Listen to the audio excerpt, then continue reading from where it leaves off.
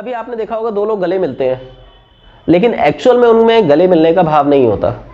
अगर आप किसी के साथ भाव के साथ गले मिलते हैं तो उसके आंसू निकल आएंगे। हिप्नोथेरेपी की ट्रेनिंग के दौरान मैं ये प्रैक्टिकल करवाता था। कुछ नहीं करना, एक जना बाहर से आओ और ये आओ, और आते ही अपना सारा जो भी आप में भाव है उड़ेल दो सामने वाले पे। सामने वाला या तो रो पड़ेगा क्योंकि वो इतना भरा हुआ है, या फिर उसको बहुत अच्छा लगेगा, वो कहेगा थोड़ी देर तक अलग मत हो। पर ये भाव जब क्रिएट होगा तभी ऐसा होगा, नहीं तो नहीं होगा। सब रोगों का मूल कारण शरीर के तत्व अथवा ऊर्जा में अंतर को मानते हुए तदनुसार रोगों की चिकित्सा करनी चाहिए। यानी हमने सिर्फ ये मानना है कि शरीर के स्ट्रक्चर तत्व में अंतर आया है या उसकी ऊर्जा में अंतर आया। जब हम ऐसा मान लेते हैं तो उसका उपचार हम इजीली कर सकते हैं। आज के समय में वैदिक चिकित्सा की आवश्यकता क्यों है? तो रोज नए नए रोग पैदा हो रहे हैं। अब देखिए कोरोना आ गया, एक नया ही रोग है, और हर बार ये कुछ ना कुछ नए रूप में आएगा। जैसे डेंगू आया था, चिकनगुनिया आया था, एक्चुअली ये पुराने थे, नए वर्जन के साथ आए थे। अगर हम पुरानी चिकित्सा भी इस पर इस्तेमाल करते हैं तो भी ये ठीक किए जा सकते हैं। रोग अपने स्वरूप को लगातार बदल रहा है। जैसे हम एवोल्यूट हो रहे हैं, हम अपने आप को चेंज कर रहे हैं, हम सीख रहे हैं, तो क्या प्रकृति की बाकी चीजें नहीं सीख रही? वो भी लगातार तेजी से सीख रही है। बस ये अंतर है कि हम उन्हें देख नहीं पा रहे और अपने आप को महसूस कर सकते हैं। आपको मालूम है जब कभी भूकंप आता है तो जो जमीन के नीचे जानवर रहते हैं वो जमीन से बाहर आ जाते हैं। आप इसे सहज ज्ञान बोल सकते हैं, आप इसे अपने मतलब अनुमान का ज्ञान बोल सकते हैं, लेकिन उनको पहले अनुभव होता है कि भूकंप आने वाला है। दूसरा उनका सिक्स सेंस जो छठी इंद्रिय है वो वर्क करती है, आई थिंक ये हाँ जी कहा जाता है ना जी। पीनियल ग्रंथि जो होती है सर वो हमारी भी काम कर रही है, पर हम उसे काम नहीं करने दे रहे। वो हमारी सुप्त अवस्था में हम उसको जागृत नहीं कर पाते। नहीं, जागृत होती हैं सारी इंद्रियां, ये नहीं कह सकते वो नहीं है। देखिए इंद्रिय आपकी जो है वो जागृत है, उसमें से ऊर्जाएं भी निकल रही हैं, पर आपके विचारों ने इनको बाधित कर रखा है। सर हमारी क्या सकते, हमारी चेतना बिखरी हुई है, हमारी चेतना बिखरी हुई है। हाँ, तो जब आप इस बिखराहट को खत्म करोगे तो वो दिखाई देना चालू हो जाएगी। कल भी आया भूकंप,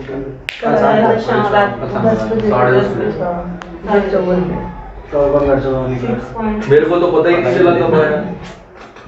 जब मौत आती है पता भी नहीं चलता। अगर पता चल जाएगा ना तो वैसे ही टेंशन लेके मर जाएगा आदमी।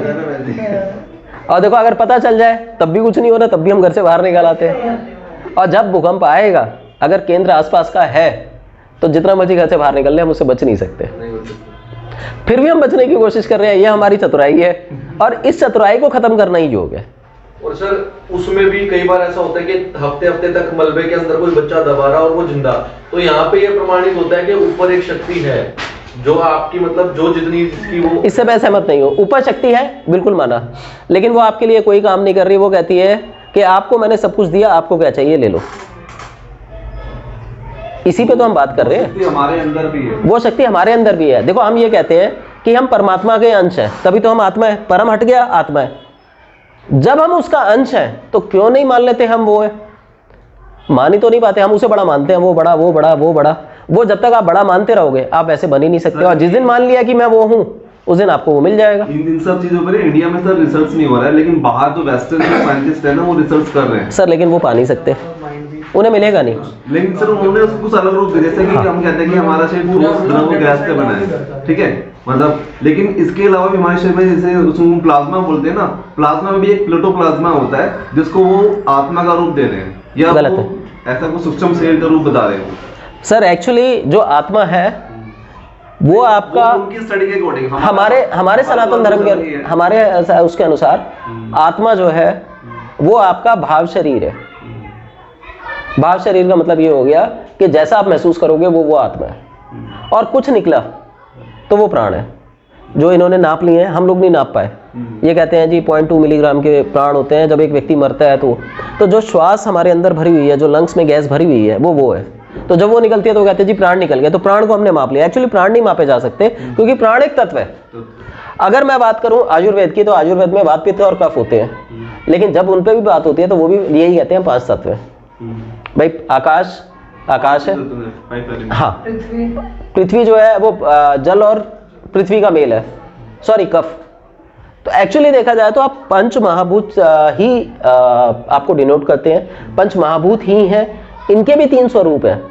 स्थूल स्वरूप आकाश, अगर मैं बात करूं मेरे नस नाड़ियां जितनी हैं सब अंदर से खाली हों, अगर उसमें ब्लड ना हो तो सब खाली है। तो जो खालीपन है वो आकाश है, और जहां आकाश है उसी के अंदर वायु है, तो उसमें गति आ गई, यानी ब्लड नहीं आया, पहले गति आई। उसके बाद अग्नि स्वरूप या पित्त आई, पित्त यानी अग्नि क्रिएट हुई। जब उसमें क्रिएशन हुई तो वहां पे गर्मी क्रिएट होना चालू हुआ, जिससे वहां पे घुमाव पैदा हुआ। मोस्टली लोग पूछते हैं गैस क्यों बनती है, गैस बनने का ये रीजन होता है, जब घुमाव पैदा हुआ तो वहां पे घुमाव के कारण मॉलिक्यूलर चेंजेस हुए, उन्होंने ब्लड को क्रिएट करना चालू किया। अब ये क्रिएशन हम लोग साइंस ये कहती है कि या तो स्प्लीन में होता है या बैकबोन में होता है। एक्चुअली वो इसे प्रूव नहीं कर सकते कि वहाँ हो रहा है या वहाँ हो रहा है, वहाँ केवल आरबीसीज का निर्माण होता है, रेड ब्लड सेल्स का, खून का निर्माण नहीं होता। खून तो पैदा होने के साथ ही क्रिएट हो जाता है। तो ये कैसे हो रही है क्रिएशन? अगर हम क्रिएशन में पीछे की ओर चलें तो नेचुरल है, हमें 3 हफ्ते का जो बच्चा होता है वहाँ से क्रिएशन चालू मानी जाती है, क्योंकि उससे पहले वो बुदबुदे के रूप में होता है। तो हमारे विज्ञान में सब बता रखा है कि ये कैसे क्रिएट हो रहा है, कैसे विभक्त हो रहा है, कौन इसको क्रिएट कर रहा है, कौन इसको विभक्त कर रहा है, कौन इसका परिपोषण कर रहा है। तो ये सब कुछ आपको पंचभूत चिकित्सा में मिलेगा, पर इतनी डेप्थ में ले जाके कोई नहीं पढ़ाता। और अगर इतनी डेप्थ में पढ़ा दिया तो ये मान के चलिए वो आदमी ज़्यादा दिन तक जिंदा नहीं रहेगा। इसका भी रीज़न है, क्योंकि अगर ये चीज़ सामने आती है तो जो एलोपैथी लॉबी है वो पूरी की पूरी ख़त्म हो जाएगी। इसीलिए बाकी चिकित्सा पद्धतियों को भी आगे नहीं आने दिया जाता। ये पीछे आए थे अभी अपने जिनको मार दिया जहर पिला के, राजीव दीक्षित जी, वो इसमें काफ़ी हद तक इसके नज़दीक पहुंच गए थे। वो क्रिएट करते चले जा रहे थे। उन्होंने अष्टांग हृदय जो एक बहुत बड़ा ग्रंथ है, दवाइयों का ग्रंथ है, उसको कोरिलेट कर लिया था वनस्पति के साथ। तो वो इस तरीके से उसको रिप्रेजेंट करने लगे थे कि रिजल्ट तुरंत आने लगे थे। नहीं तो एक ऐसे व्यक्ति को जो समाज की सेवा करने जा रहा है, मारने का क्या मतलब उठता है? मार दिया गया उनको, मार दिया गया, विष दे के मारा गया। और वैसे भी देखिए गवर्नमेंट को जाता है नहीं, एक्चुअली ठीक भी है, ब्लेम नहीं कर सकते, उसका कारण भी है। अगर आप एक बहुत बड़ा समाज के लिए हानिकारक आविष्कार कर रहे हैं तो पूरा समाज खत्म हो, उससे अच्छा एक व्यक्ति को मार दिया जाए। तो ये जो चीज़ें होती हैं गुप्त होती हैं, इनको छुपा के ही रखा जाता है, बताया नहीं जाता, समाज के सामने नहीं लाया जाता। उसका रीज़न यही रहता है कि इनके सामने आने से सारा समाज अस्त व्यस्त हो जाएगा। अगर मान लीजिए हर व्यक्ति को ये चीज़ की नॉलेज हो जाए तो लगभग चिकित्सा पद्धति खत्म। और क्योंकि पूरी तरह सर्जरी तो खत्म नहीं होगी, सर्जरी रहेगी। अब सर्जरी करने वाले क्योंकि बहुत कम लोग हैं तो बहुत महंगी होगी, या तो उन्हें एक आ जाएगा भाई सस्ती करो, या वो खत्म। अगर वो खत्म तो भी जो सर्जरी वाले केस हैं आदमी या तो बिगड़ेंगे या मरेंगे। तो धीरे धीरे अर्थव्यवस्था बिगड़ जाती है। जितनी ज़रूरत देवताओं की है उतनी दानवों की भी है। अगर दोनों का मिक्सचर बराबर नहीं होगा तो प्रकृति खत्म हो जाएगी। मान लो दानव ही दानव है, आपस में लड़के मर जाएंगे। देवता ही देवता है, इतने अच्छे हैं कि किसी का बुरा ही नहीं चाहते, तो वो खुद भूखे मर जाएंगे। तो प्रकृति ने दोनों को बैलेंस करने के लिए दिन और रात का या दो शक्तियों का विकास किया है कि वो एक दूसरे को बैलेंस करती रहती हैं। वो कैसे करती हैं उस पर भी हम आएंगे अभी।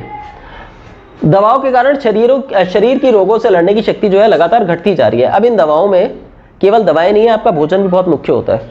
मान लीजिए आप बहुत ज़्यादा आटा खाते हैं और कोई ऐसा रोग लग गया जिसमें आटे की आवश्यकता है, तो आप जितना मर्जी आटा खा लेना उसको रिकवर नहीं कर पाएगा, क्योंकि आपकी बॉडी उसकी आदी हो चुकी है।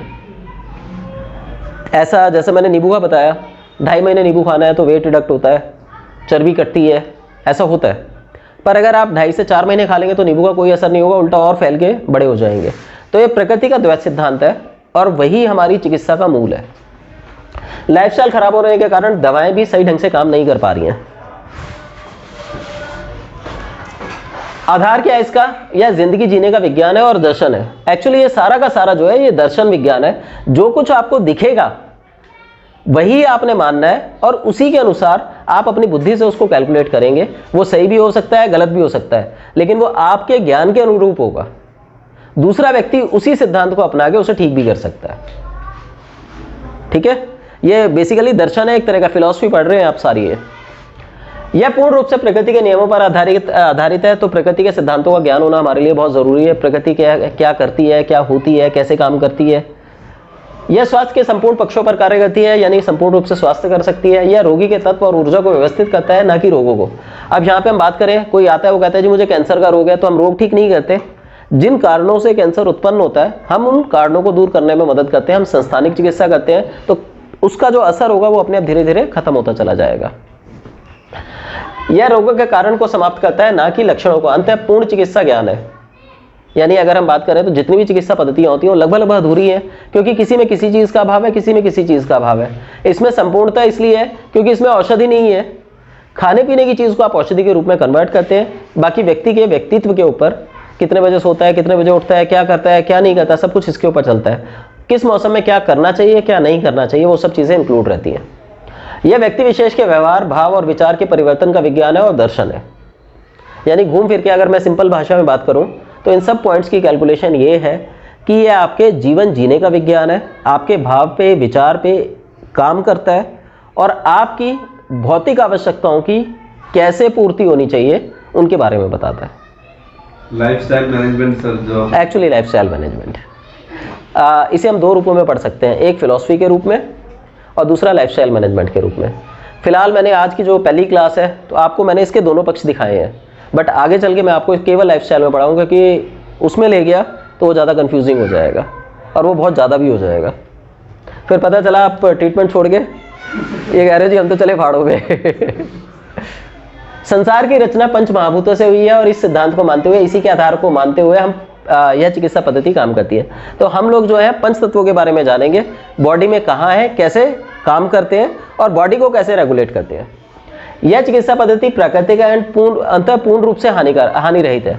यानी जब भी हम मिलते हैं और ये पूछते हैं भाई सर्टिफिकेट काम करेगा नहीं करेगा, तो आपको इस चिकित्सा पद्धति को करने के लिए किसी सर्टिफिकेट की कोई आवश्यकता नहीं है। सिर्फ एक हमारे यहाँ पैटर्न चलता है तो आपको सर्टिफिकेट मिलेगा।